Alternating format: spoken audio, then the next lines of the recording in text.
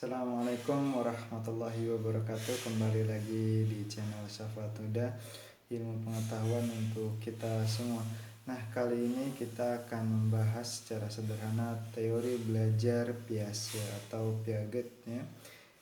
Nah, Piaget itu melatar belakangi penelitiannya terkait dengan jawaban-jawaban yang salah dari anak-anak. Nah, ternyata setelah diteliti memang ada perbedaan berpikir antara orang dewasa dengan anak-anak. Nah, di dalam proses penelitiannya itu didapatkanlah bahwa ada 4 tahapan proses berpikir kognitif ya. Yang pertama itu adalah sensori motor. Nah, di mana sensori motor ini berkisar antara usia 0 sampai 2 tahun.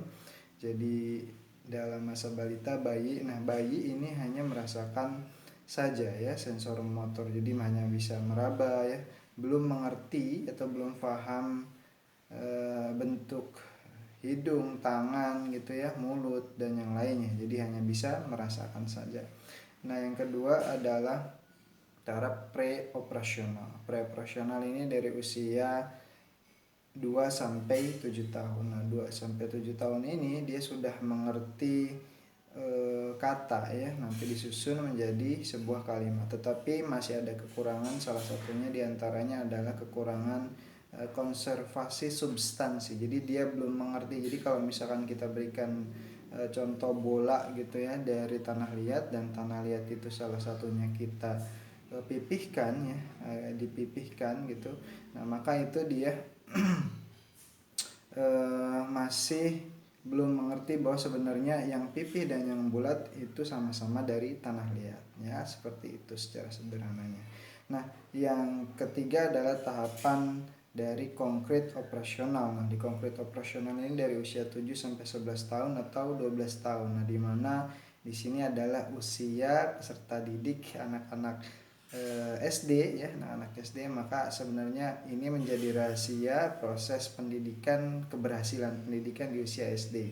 Di konkret operasional, anak-anak itu dia mendapatkan pengetahuan ya, dia mendapat pengetahuan dari dia melakukan gitu ya, do it, melakukan ya, merasakan. Jadi prosesnya adalah empirisme. Jadi kalau misalkan anak-anak di usia 7 sampai 11 12 tahun itu belajarnya hanya konsep saja, hanya dijelaskan saja, itu masih belum mengena, belum masuk di dalam otaknya, di dalam rangka nanti dia mengkonstruk ilmu pengetahuan. Maka baiknya para pendidik ya itu memberikan metode model yang ada alat peraganya, sehingga contoh saja misal ketika memberikan pengajaran 1+1 sama dengan 2, maka harus ada benda atau media pembelajaran, baik entah itu misal salah satu contohnya dengan buah gitu ya, buah apel ditambah satu buah apel ditambah satu buah apel jadi 2 buah apel. Nah, itu pembelajaran yang boleh dikatakan bermakna untuk usia 7 sampai 12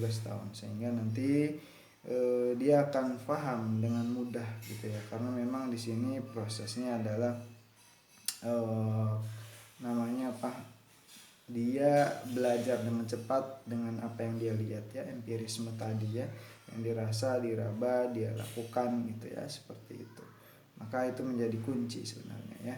Nah, selanjutnya adalah tahap formal operasional. Nah, di tahap operasional ini di usia 11, 12, 14, 15 ini usia-usia di sekolah SMP ya, sanawiyah. Maka ini menjadi hal yang penting nih. Nah, karena di sini sudah ada perkembangan yang dia bisa menggunakan metakognisi, artinya pengetahuan-pengetahuan yang sudah didapat itu bisa digunakan atau bisa diramu, dipanggil kembali dalam memecahkan permasalahan-permasalahan yang diberikan oleh guru, atau misalkan ketika dia menemukan permasalahan di lingkungan sekitar atau masyarakat atau di lingkungan keluarga. Nah, maka kita harus bisa menstimulus nih, atau kita bisa ajak proses disiplin, atau misalkan kita berikan dia untuk berpendapat ya terkait dengan misalkan masalah-masalah yang ada, karena di sini untuk menstimulus ya, menstimulus pengetahuan-pengetahuan yang sudah ada, yang sudah masuk di dalam otaknya, begitu ya. Dan yang membedakan keempat tahapan ini menurut Piaget adalah terkait dengan interaksi. Jadi kalau misalkan sampai usia 15 tahun, sama-sama 15 tahun, tapi interaksi di dalam proses pembelajarannya ya, baik itu dari lingkungan ya, empirisme itu semuanya lingkungan belajar, sekolah, keluarga, terus masyarakat gitu ya, itu interaksinya lebih misalkan lebih banyak si A daripada si B, maka pengetahuan yang didapat dari si A itu lebih banyak. Nah, maka itu yang membedakan pengetahuan yang sama usianya, begitu ya. Sederhana dan mudah, silahkan diaplikasikan. Tetap jaga prokes. Assalamualaikum warahmatullahi wabarakatuh.